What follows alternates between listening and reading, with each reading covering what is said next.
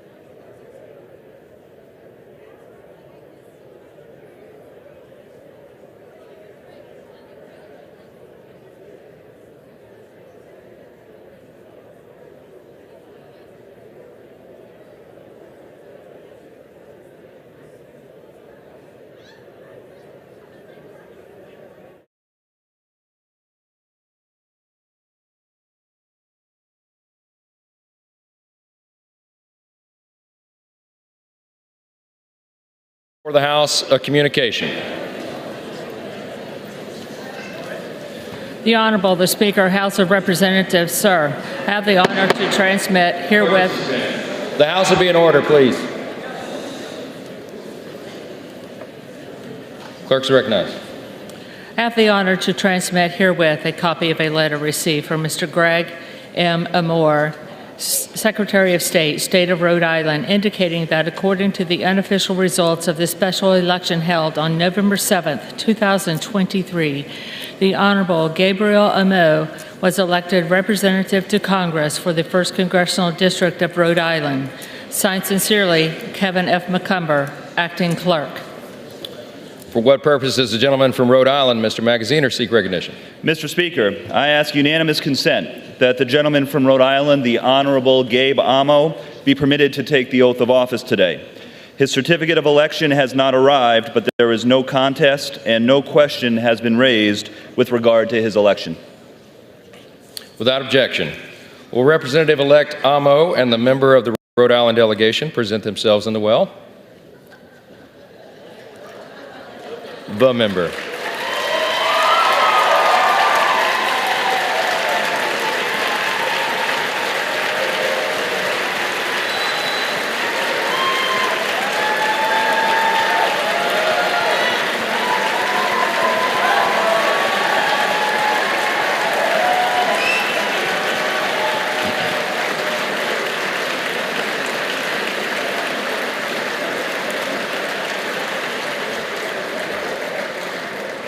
All members will rise, and the representative-elect will please raise his right hand.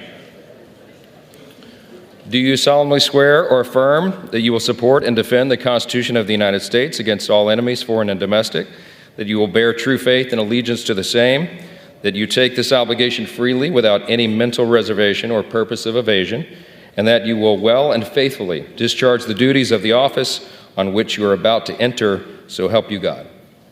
I will. Congratulations, you are now a member of the 118th Congress.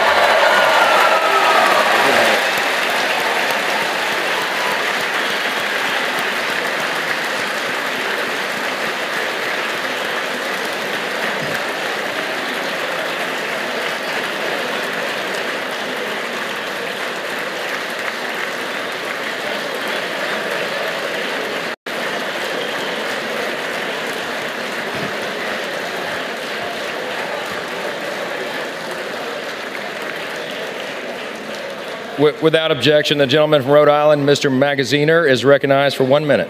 Mr. Speaker, the people of Rhode Island's 1st Congressional District have elected a representative with the character, the credentials, and the commitment to be an effective member of this body from day one. As one of the original 13 states, Rhode Island has been electing representatives to the House since 1790. And in those 233 years, Rhode Island has never sent an African American or any person of color to Congress until today.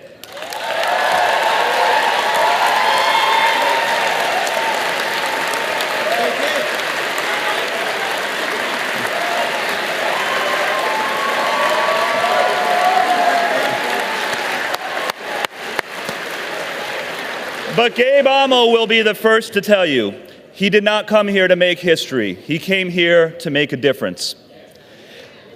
Make a difference for working people like his parents who immigrated to the United States from Ghana and Liberia. Gabe's mother, Weedy, is a nurse. His father, Gabriel, runs the family liquor store. They came to America because they believe in the promise of this country. They settled in Pawtucket, Rhode Island, a diverse blue-collar community of brick mills and triple-decker houses where people value a hard day's work. This is where Gabe Amo comes from, and he has chosen to devote his career to public service, working in the Rhode Island State House for then-Governor Gina Raimondo, and in the White House for President Obama and President Biden. And by the way, shout out to the staffers who do not get enough credit in this town. Can we have a round of applause for them, please?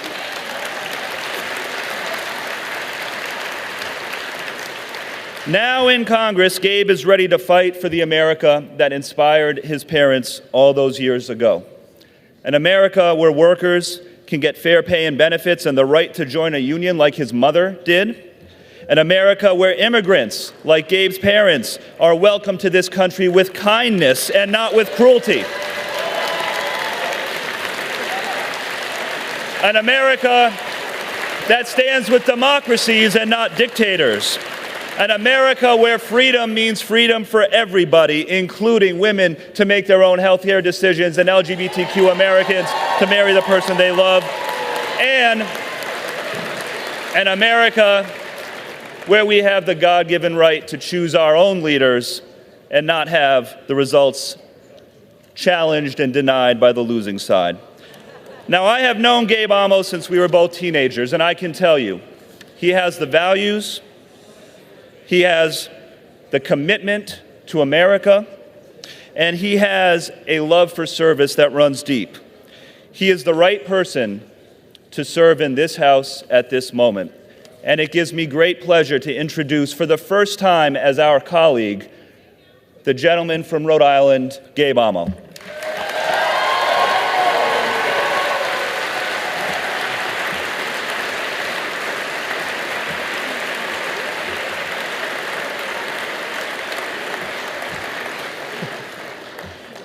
Thank you, Mr. Speaker. Thank you, Representative Magaziner, for the warm introduction.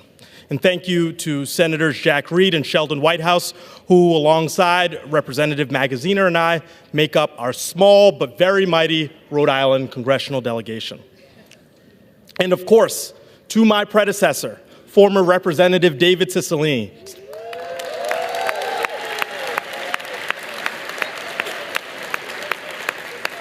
I'm grateful for your service to Rhode Island. I look forward to our work together in both of our new roles. To my family, friends, community leaders, and all those who have supported me along the way, thank you. And of course, thank you to the people of the 1st Congressional District and those across Rhode Island for giving me the opportunity to serve in the People's House. I want to tell you a story about Rhode Island. Reverend Marlon Van Horn was elected to the Rhode Island General Assembly in 1885, making him the first black person to serve in the state legislature. Just think, Reverend Van Horn was elected as a black man nearly 2 decades after the end of the Civil War. In an 1887 sermon, the Reverend said, "I believe the day is coming, is not far off, when in the Commonwealth of Rhode Island, the stomping ground of soul, liberty will become the home of the free and the land of the truly brave, the home of the free where fair play in all walks of life will be accorded." Those words are at top of mind for me today. Reverend Van Horn's dream and the dreams of those who have called Rhode Island home across generations allow me to stand before you today. And while we have not arrived at our final destination in this project of our democracy, I am optimistic. As a Rhode Islander, it's easy for me. After all, our state motto is hope. It is hope that led my parents to come from West Africa, my dad from Ghana, my mom from Liberia, to pursue opportunity in the greatest country in the world.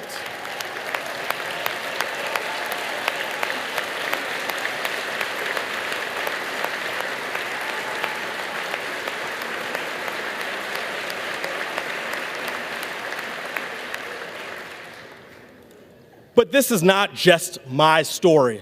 It's a Rhode Island story, it's an American story, and that shared story is why today I am proud to be the representative from Rhode Island's 1st Congressional District.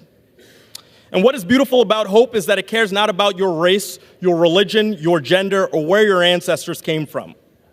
This belief has inspired people who arrived in Rhode Island from Italy and Ireland, Portugal and France, Dominican Republic and Haiti and Colombia, Armenia, and yes, countries in West Africa, and so many places in between. And I, of course, must acknowledge those whose family branches extend from the native tribes of our shores to the settlers who came for religious freedom, to those who did not choose their journey because they were enslaved people, but whose hope persisted nonetheless.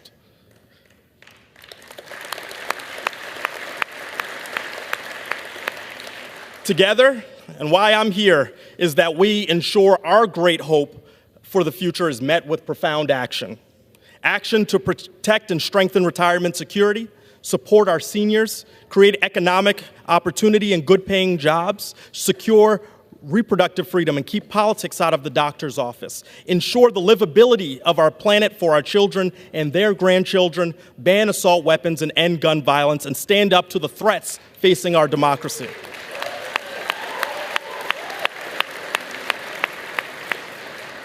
So this hallowed space, this House floor, is where we have always had to work vigorously towards the promise of our nation's highest ideals and aspirations. And I cannot wait to work on behalf of the people of the 1st Congressional District.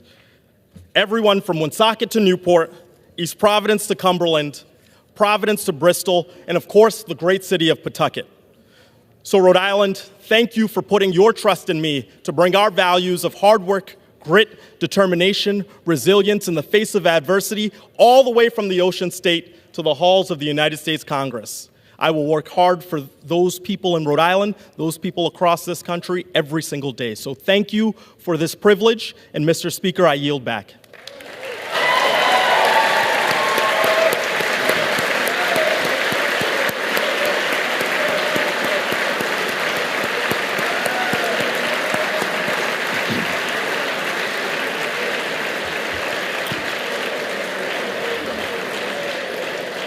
Under Clause 5D of Rule 20, the chair announces to the House that in light of the administration of the oath of the gentleman from Rhode Island, the whole number of the House is now 434.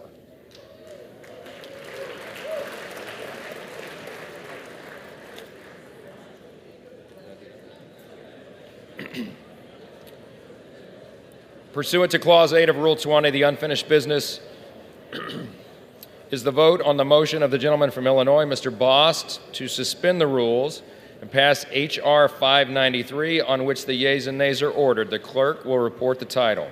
H.R. 593, a bill to rename the Department of Veterans Affairs Community-Based Outpatient Clinic in Hinesville, Georgia, as the John Gibson, Dan James, William Sapp, and Frankie Smiley VA Clinic. The question is, will the House suspend the rules and pass the bill? Members will record their votes by electronic device. This is a 5-minute vote.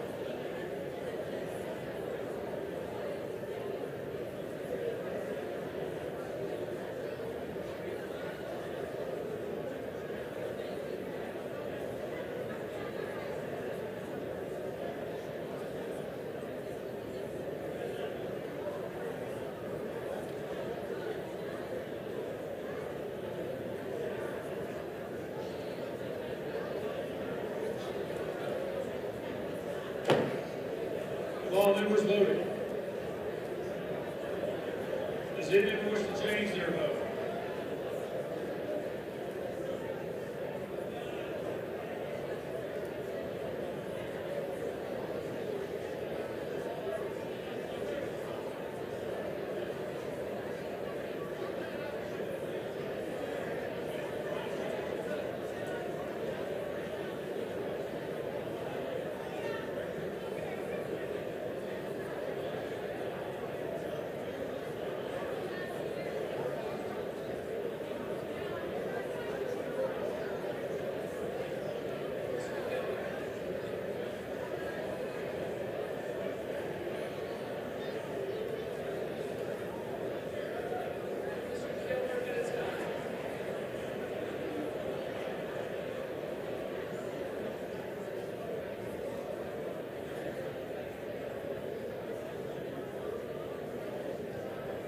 On this vote, the yeas are 409, the nays are 0, 1 is recorded as present. 2/3 being in the affirmative, the rules are suspended, the bill is passed, and without objection, the motion to reconsider is laid on the table.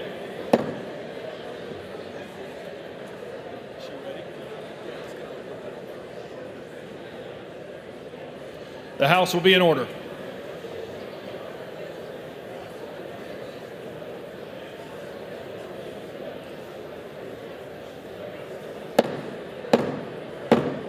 The House will be in order.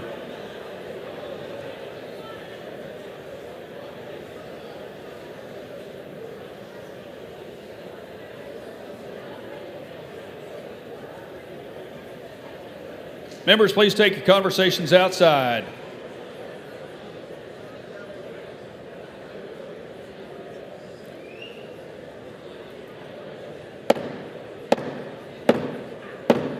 The House will be in order.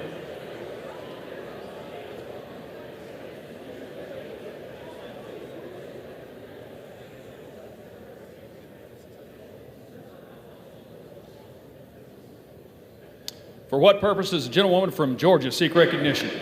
Mr. Speaker, I rise to a question of the privileges of the House and offer the resolution previously noticed. The clerk will report the resolution.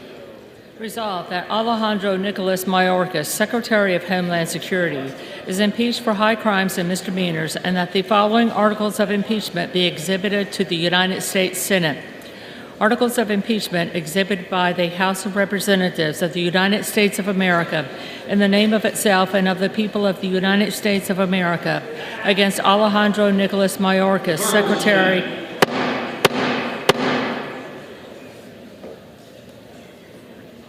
Clerk will report.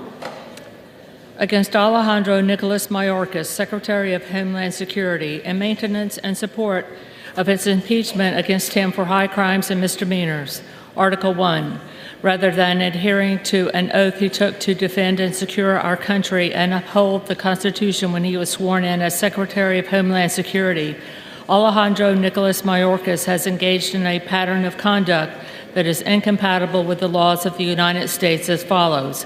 Article 2 of the Constitution requires that the executive branch, which today includes the Secretary of Homeland Security, ensure the laws passed by Congress and signed into law by the President are faithfully executed. The Secure Fence Act of 2006, Public Law 109-367, requires that the Secretary of Homeland Security maintain operational control over the entire international land and maritime borders of the United States. In his willful admittance of border crossers, terrorists, human traffickers, drugs, and other contraband, Alejandro Nicolas Mayorkas has failed to maintain operational control of the border, thereby violating the Secure Fence Act of 2006. The guarantee clause set forth in Article 4, Section 4 of the Constitution dictates, the United States shall guarantee to every state in this union a Republican form of government and shall protect each of them against invasion, and on application of the legislature or of the executive, when the legislature cannot be convened, against domestic violence. The guarantee clause clearly dictates that the federal government has a constitutional duty and obligation to protect each of the states from invasion. As Secretary of the Department of Homeland Security, Alejandro Mayorkas has violated his oath to uphold constitutional duty by allowing the invasion of approximately 10 million illegals across our borders. The ongoing invasion at our southern border is a direct national security threat against the states and against the citizens therein. Secretary Mayorkas has willfully abandoned his duty to secure the border and protect states against invasion, thereby violating Article 4, Section 4 of the Constitution. To wit, since Mayorkas has headed the Department of Homeland Security, there have been 1. Approximately 10 million illegal border crossers who have invaded our country at our border. This is broken down between 8 million encounters and approximately 1,800,000 known gotaways who have invaded United States authorities and are roaming the interior of the United States. 2. At least 280 people on terrorist watch lists caught while attempting to cross the border between ports of entry. 3. Approximately 400,000 unaccompanied illegal children encountered at the southern border, with at least 85,000 of these children having gone missing. 4. At least 1,424 deaths of illegals at the southern border. 5. Approximately 73,000 special interest aliens arrested at our border, which are aliens from a nation that promotes terrorist activity, harbors terrorists, or poses a security threat to the United States. This is the number arrested at the border, not counting however many of the 1,800,000 known gotaways are special interest aliens. 6. Approximately 659 special interest aliens from Iran. 7. Approximately 6,386 special interest aliens from Afghanistan. 8. Approximately 538 special interest aliens from Syria. 9. Approximately 3,153 special interest aliens from Egypt. 10. Approximately 12,624 special interest aliens from Uzbekistan. 11. Approximately 30,830 special interest aliens from Turkey. 12. Approximately 1,613 special interest aliens from Pakistan. 13. Approximately 164 special interest aliens from Lebanon. 14. Approximately 185 special interest aliens from Jordan. 15. Approximately 123 special interest aliens from Iraq. And 16. Approximately 15,594 special interest aliens from Mauritania. In fiscal year 2021, Customs and Border Patrol, CBP, seized approximately 11,200 pounds of fentanyl. In fiscal year 2022, CBP seized approximately 14,700 pounds of fentanyl. In fiscal year 2023, CBP has seized a record of approximately 27,000 pounds of fentanyl. Over 70,000 Americans died from fentanyl in fiscal year 2022. Fentanyl is now the #1 killer of Americans between the ages of 18 and 45. Fentanyl kills approximately 300 Americans a day. This is the amount of fentanyl that has been seized at the border, yet 300 Americans are still being killed by fentanyl poisoning every day. The amount of unseized fentanyl has not even been taken into account. The Constitution also requires the Secretary of the Homeland Security to observe the Immigration and Nationality Act, 8 U.S.C. 1101. This law requires Homeland Security to detain inadmissible aliens arriving in the United States or illegal aliens presently in the United States. Members, please take your conversations outside. Clerk will report. Instead, the Department of Homeland Security under Secretary Mayorkas has practiced catch and release policies whereby illegals are detained but then released without any mechanism to ensure they show up to court for processing. By terminating contracts for border wall construction, ending the migrant protection protocols, remain in Mexico, unlawfully granting categorical parole, and being complicit and ending Title 42, Mayorkas has made it easier for illegal people and drugs to enter the United States, endangering American citizens, and has made it harder for CBP to expel such threats. Alejandro Nicolas Mayorkas, in his inability to enforce the law, has engaged in a pattern of conduct that is incompatible with his duties as a civil officer of the United States. Alejandro Nicolas Mayorkas, in his failure to uphold the oath he took, has, by his actions, lost the trust of citizens of the United States to faithfully execute the laws of the United States. Wherefore, Alejandro Nicolas Mayorkas thus warrants impeachment and trial, removal from office, and disqualification to hold and enjoy any office of honor, trust, or profit under the United States. The resolution qualifies. For what purpose does the gentlewoman from Massachusetts seek recognition? Mr. Speaker, I have a motion at the desk. The clerk will report the motion. Ms. Clark of Massachusetts moves to refer the resolution to the Committee on Homeland Security. The gentlewoman from Massachusetts is recognized for 1 hour. I yield back the balance of my time and move the previous question on the motion. Without objection, the previous question is ordered. The question is on the motion. Those in favor say aye. Those opposed say no. In the opinion of the chair, the noes have it. The motion is not. Mr. Speaker, I request the yeas and nays. The yeas and nays are requested. Those favoring a vote by the yeas and nays will rise. A sufficient number having risen, the yeas and nays are ordered. Members will record their votes by electronic device. Hello.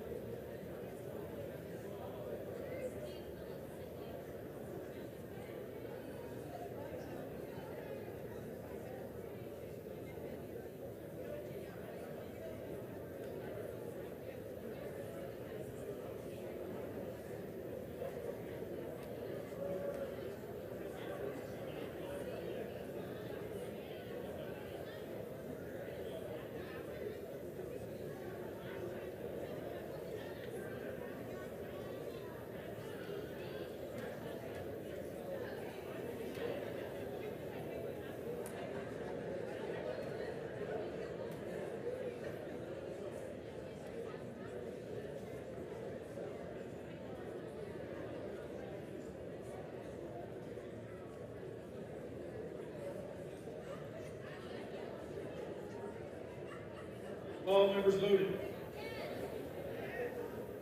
Does any member wish to change their vote?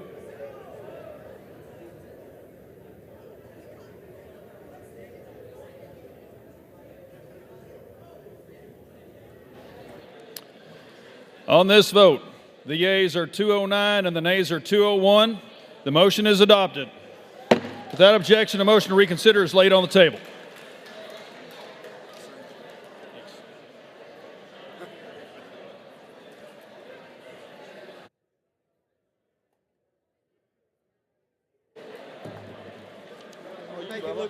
Up here, man. Yes, sir. All right.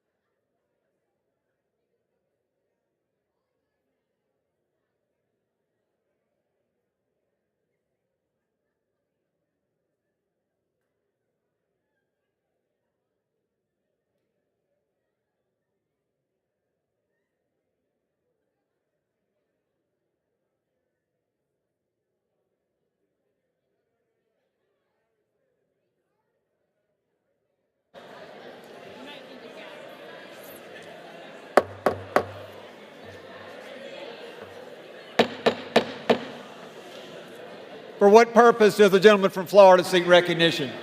Mr. Speaker, I ask unanimous consent that when the House adjourns today, it adjourn to meet at 9 a.m. tomorrow. Without objection.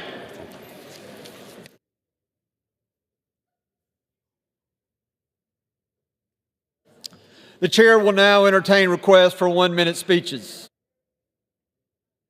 Does the gentleman from New York seek recognition? Mr. Speaker, I ask unanimous consent to address the House for 1 minute and to revise and extend my remarks. Without objection, the gentleman is recognized for 1 minute. Thank you, Mr. Speaker. As a point of personal privilege, I'd like to recognize my grandparents, John and Eileen Lawler, who are here with us tonight.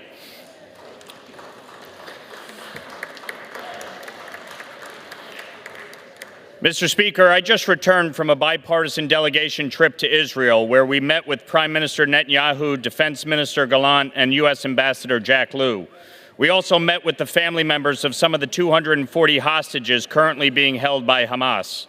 And we viewed raw footage of the barbaric terrorist attack of October 7th. Mr. Speaker, let's be clear. Hamas is a terrorist organization that not only wants to wipe Israel off the face of the earth, they want to eliminate the Jewish people. They must not only be defeated, they must be destroyed.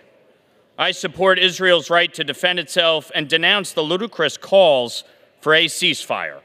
No one in this room would have called for a ceasefire after September 11th, and no one should hold Israel to a standard we would not hold ourselves. The United States must stand resolute in our support for Israel. This is a battle of good versus evil. As Edmund Burke said, the only thing necessary for the triumph of evil is for good men to do nothing. Let us not be Neville Chamberlains. Let us be Winston Churchills. Victory at all costs, for without victory, there is no survival. I yield back. For what purpose does the gentleman from New Jersey seek recognition?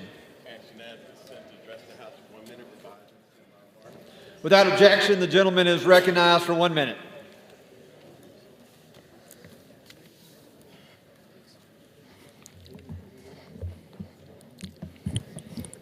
Mr. Speaker, I rise today to discuss the dangers of diabetes for Black Americans.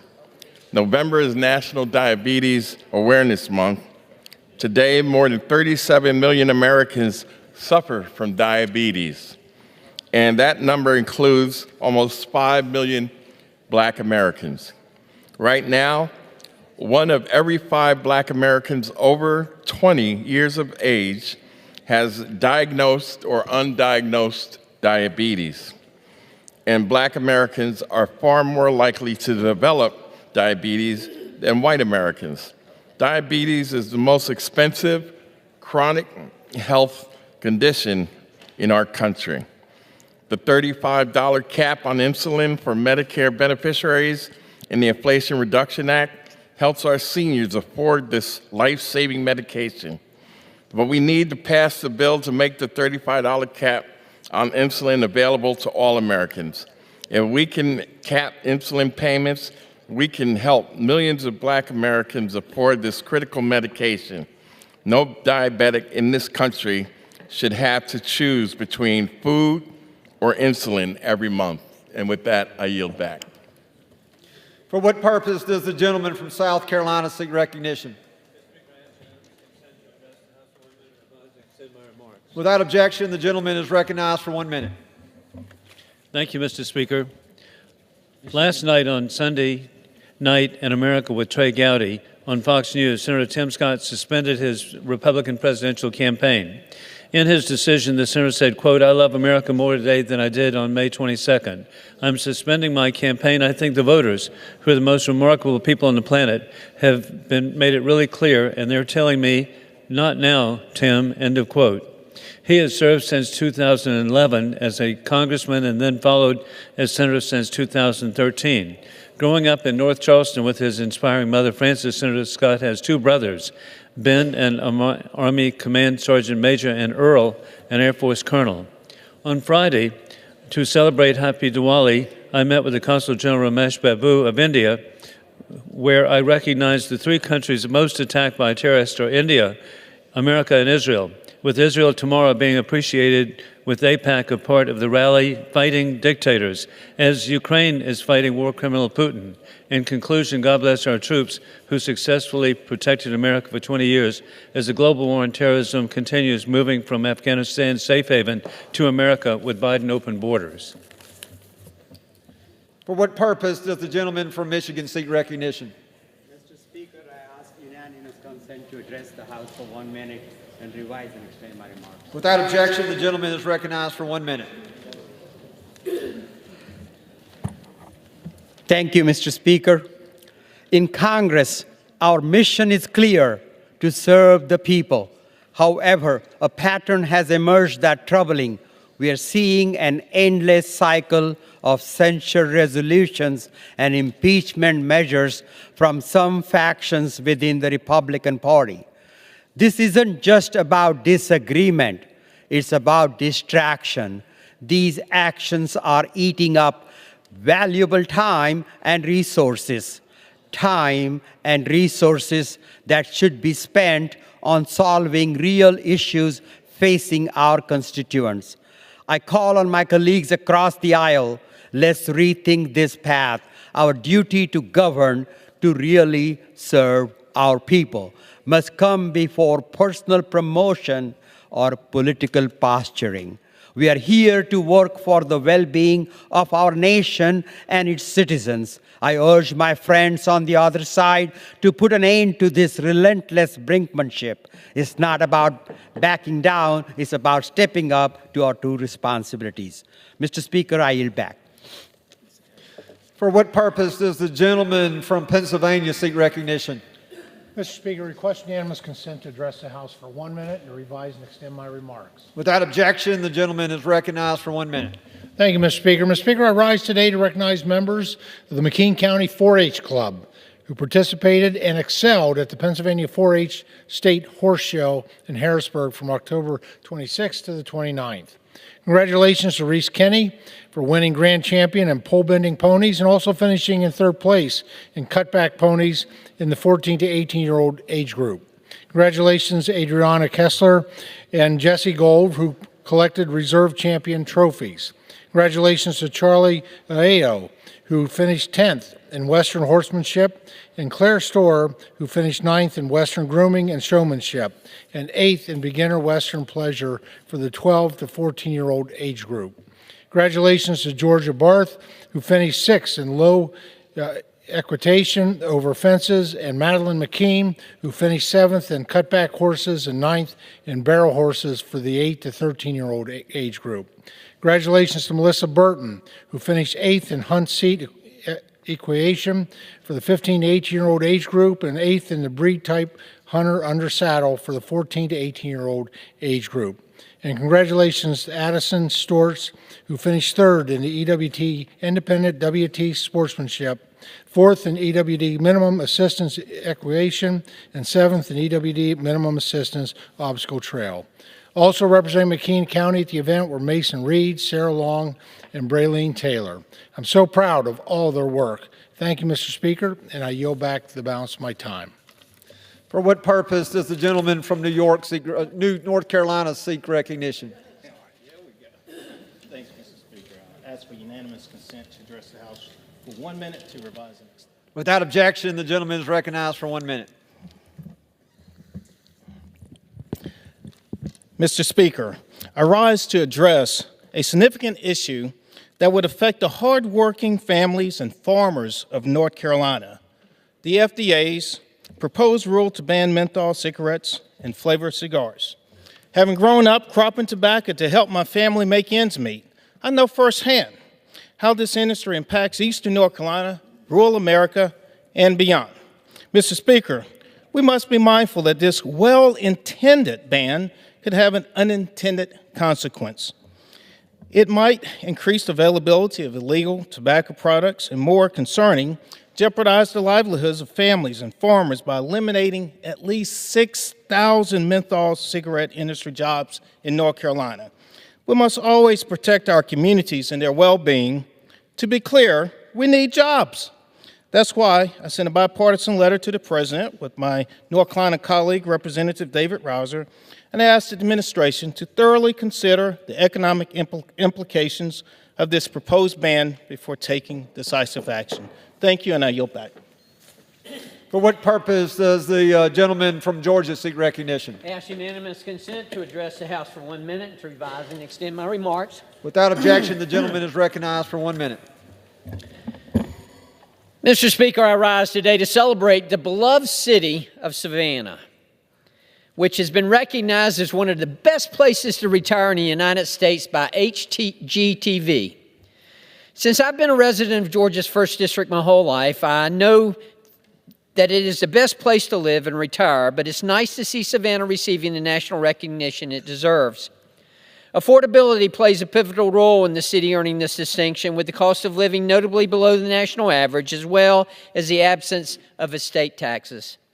Other key factors that contributed to the city's rankings include its delightful weather, tax-friendly area, and convenient and accessible transportation.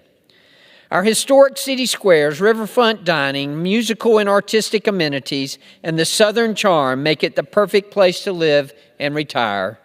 And I have done that all my life and intend to retire there as well. Thank you, Mr. Speaker, and I yield back. For what purpose does the gentlewoman from Ohio seek recognition?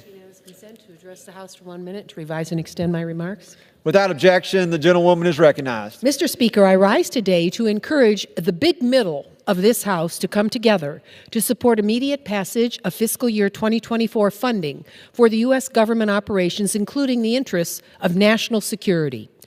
Without fiscal year 2024 funding in place, which should have begun on October 1st of this year, our military faces uncertainty in its funding and resource allocation. Funding delays waste time, leading to impaired military operations, decreased training, delayed procurement, reduced vehicle maintenance, yielding lower readiness. These unnecessary delays undermine our military's ability to respond to threats effectively at home and abroad. I hope the American people are noticing which extremist members of this House are responsible for this long, delayed funding compromise. Vladimir Putin, he's applauding them. They and we take an oath to defend America against all enemies, foreign and domestic. Let's do it. I yield back. For what purpose does the gentleman from California seek recognition? Mr. Speaker, I seek unanimous consent to address the House for 1 minute to revise and extend my remarks. Without objection, the gentleman is recognized for 1 minute. Thank you, Mr. Speaker. Well, I guess we need to remind the Biden administration that there is a gigantic problem in the Middle East, most of it caused by Iran, the major sponsor of terror in the world. In Yemen, threatening our Saudi friends, and of course, all around Israel. So what's the remedy? Oh, a few weeks ago it was to unfreeze $6 billion worth of Iranian assets in order to help them fund whatever activity, which is probably going to be terror. So what is the Biden administration considering now? Another $10 billion of unfreezing assets to allow them to continue this battle. You have to ask the question, whose side are they on? It makes absolutely no sense to give them more material, more assets, more ability for them to make war against our ally at a time when we're contemplating sending significant resources, as we should, to our ally in Israel. Yet we can't get out of our tracks around here enough to do so. Mr. Speaker, they need to think much harder about what they do with Iran and allowing them to be a sponsor of terror. I yield back. For what purpose does the gentleman from New York seek recognition? Mr. Speaker, I ask unanimous consent to address the House for 1 minute and to revise and extend my remarks. Without objection, the gentleman is recognized for 1 minute. Thank you, Mr. Speaker. I rise today to mark Transgender Awareness Week. This is an important time to celebrate, honor, and uplift trans people, the history, the stories, and their culture. It is also a time to stand up against ongoing hate and discrimination. Extremist politicians around our country and in this chamber continue to work to strip away the rights and the liberties of the trans community. In ongoing appropriations debates, House Republicans have brought forward unserious proposals with riders targeting and demonizing the trans and broader LGBTQ plus communities. So these riders include limiting access to essential and safe gender-affirming health care, bans on art forms including drag, and allowing broad licenses to discriminate. The trans community deserves so much better. They deserve the ability, like all of us, to live fully and authentically and without facing violence, discrimination, or harassment. I urge all of my colleagues to support the trans community and oppose these cruel and relentless attacks. As a member of Congress, as a member of the Equality Caucus, I vow to continue to fight for the cause. With that, I yield back, Mr. Speaker. For what purpose does the gentleman from Illinois seek recognition? Mr. Speaker, I ask to address the House for 1 minute and revise and extend my remarks. Without objection, the gentleman is recognized for 1 minute. Mr. Speaker, I rise today to honor and congratulate Jim DeRose on his retirement as Bradley University's men's soccer coach after 28 successful seasons. Beginning his career in 1996 at the age of 28 and as the youngest coach in NCAA Division I men's soccer, Jim quickly emerged as a dominant figure in college soccer. Under Jim's leadership, Bradley's soccer program reached new heights and resulted in a 2007 run to the NCAA Elite Eight, where Jim was chosen as the National Coach of the Year. During his tenure as head coach, Jim held a record of 267 wins, 227 losses, and 66 ties, with 7 NCAA tournament appearances, the highest of any coach in Bradley University athletics history. In addition to his accomplishments on the pitch, the accolades of his players in the classroom and post-graduation are a testament to his ability to grow his players into successful young men. Jim has been an integral part of the growing game of soccer throughout Central Illinois and in college soccer, and his legacy will last for years to come. It is my privilege to congratulate Coach Jim DeRose on his retirement after 28 years with Bradley University. We wish him well, his wife Robin, and his 2 children, Raleigh and JR, all the best. I yield back. For what purpose does the gentlewoman from Illinois seek recognition? I ask for unanimous consent to address the House for 1 minute. Without objection, the gentlewoman is recognized for 1 minute. Mr. Speaker, I rise today to acknowledge National Diabetes Month. As chair of the CBC Health Brain Trust, I have long been focused on how diabetes disproportionately affects Black Americans. From lack of investment to a racist healthcare culture, Black Americans face significant obstacles to treating and preventing diabetes. Black Americans undeniably face unique and significant stressors because of racial discrimination. Research shows a clear link between social stress and health outcomes, emphasizing we must not only address the physical aspects of diabetes, but also its underlying social determinants.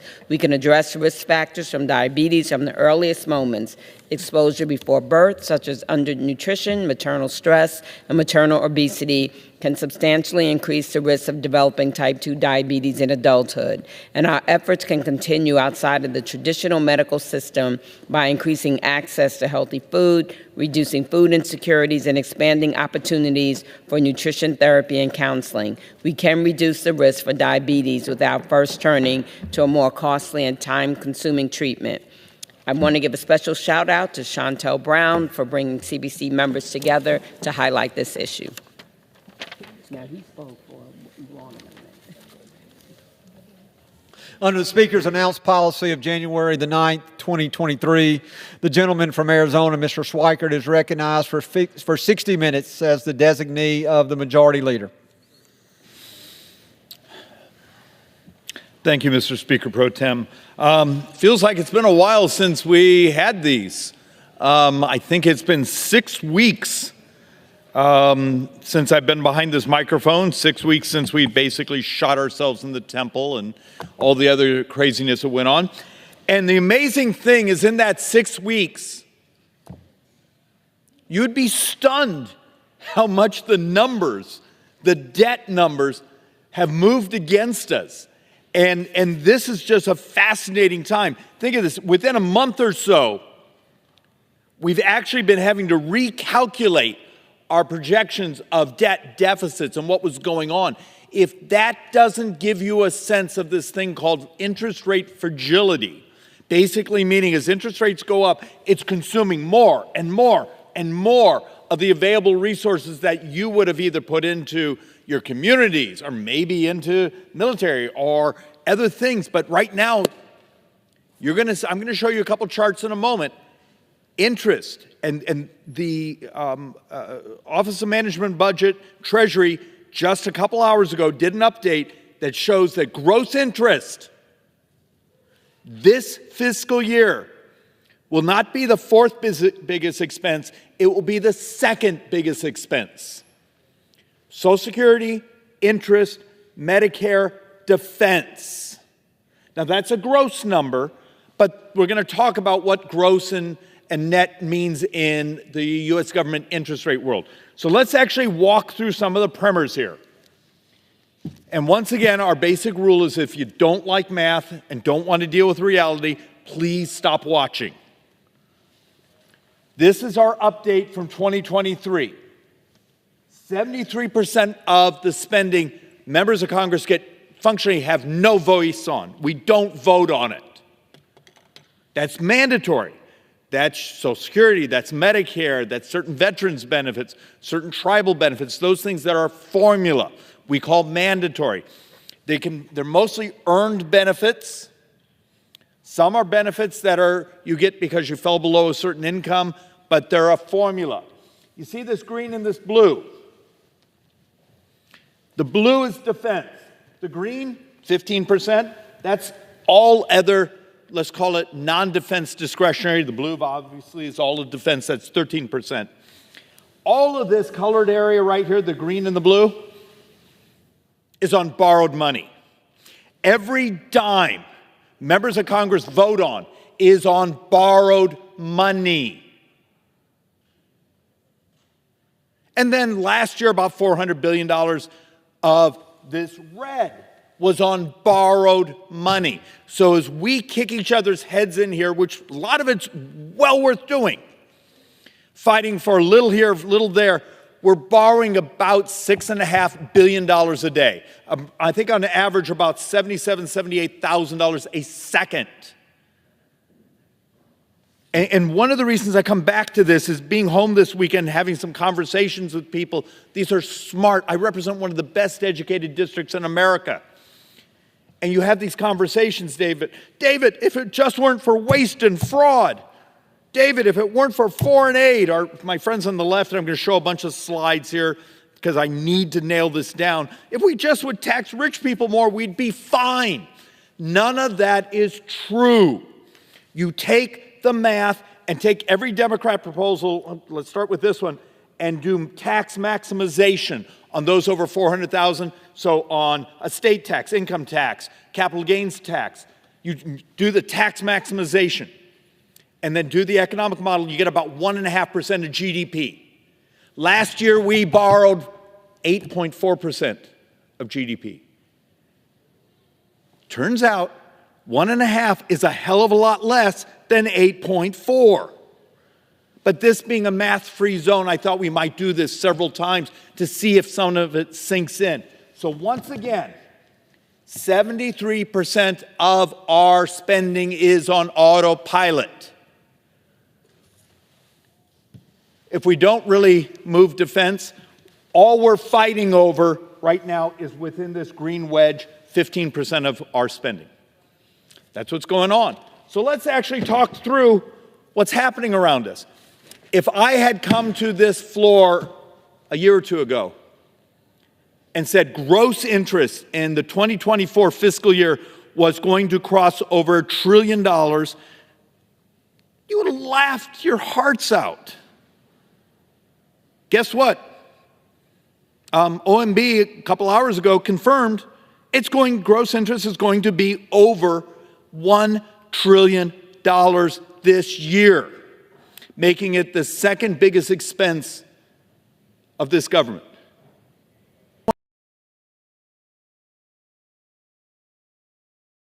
Numbers of $300, $400 billion. We've more than doubled it. Does anyone care?